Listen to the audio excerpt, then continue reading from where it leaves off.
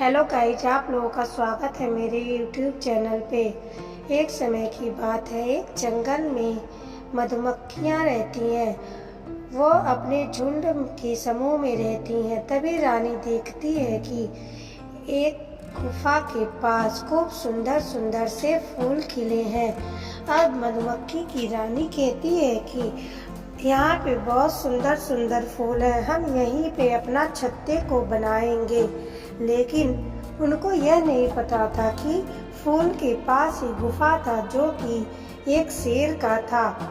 अब वो अपना छत्ता बनाना तैयार कर देती है और वहीं गुफा में शेर आराम कर रहा होता है। मधुमक्खियाँ अपना छत्ता बनाती हैं तो उनके मुंह से आवाज़ निकलती है। अब वह आवाज़ शेर को बहुत ही ज़्यादा डिस्टर्ब करता है। शेर बहुत ज़्यादा गुस्से में आ जाता है, लेकिन मधुमक्खी बहुत ही ज़्यादा शांत होती है। तभी शेर गुस्से में आकर के मधुमक्खी की रानी को बुलाता है और कहता है, इधर सुनो तुम क्या कर रही हो? तुम्हें पता है मैं इस जंगल का राजा हूँ और तुम मेरी नींद में बाधित बन रही हो।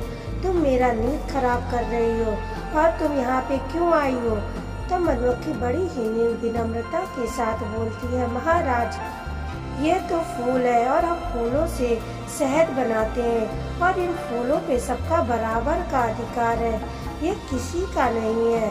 तब शेर और ज़्यादा गुस्से में आ जाता है और उसके ऊपर बहुत ही ज़्यादा क्रोधित होता है और उसको बहुत ज़्यादा डांटता है। अब शेर के इस बर्ताव से मधुमक्खी बहुत ज़्यादा दुखी हो जाती है। वह अपने घोंसले में वापस चली जाती है और शहद के अंदर जा कर के रोने लगती है। उसको रोता हुआ देख के सभी मधुमक्खी उससे रोने का कारण पूछती हैं। तब रानी मधुमक्खी अपने रोने का कारण बताती है और शेर से हुए अपमान को बताती है कि वो कैसे दुर्व्यवहार किया है। अब सभी मधुमक्खियाँ बहुत ज़्यादा क्रोधित होती है और शेर से बदला लेना चाहती है। वह गुस्से में शेर के पास सभी मधुमक्खियाँ जाती है और उसको डंक मारने लगती है। शेर डर जाता है और डंक की चोट से बचने के लिए वो भागने लगता है, लेकिन सभी मधुमक्खियाँ उसके पीछे पीछे दौड़ती हैं और उसको डंक मारती हैं। तभी शेर को तालाब दिखाई देता है। शेर सीधे जाके तालाब में कूद जाता है, लेकिन फिर भी मधुमक्खियाँ उसका पीछा नहीं छोड़ती और जैसे ही वो ऊपर आता मधुमक्खियाँ उसको डंक मारने लगती। अब शेर को लगता है कि मुझे माफ़ी मांग लेनी चाहिए और शेर उनसे माफ़ी मांगता है। शेर के पास माफ़ी मांगने के अलावा कोई भी और उपाय नहीं था। अब शेर उससे माफ़ी मांगता है। तब रानी मधुमक्खी कहती है कि सभी उसको छोड़ दो, उसको अपनी गलती का एहसास है।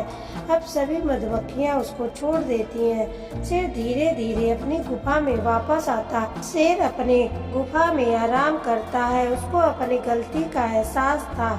तो इस कहानी से हमें यह सीख मिलती है कि हमें किसी को छोटा बड़ा नहीं समझना चाहिए और एकता में बहुत ज़्यादा बल होता है। अगर हम एक साथ हैं तो किसी भी मुसीबत का सामना कर सकते हैं। अगर ये अच्छी लगी हो तो लाइक करें, शेयर करें और सब्सक्राइब करें। धन्यवाद।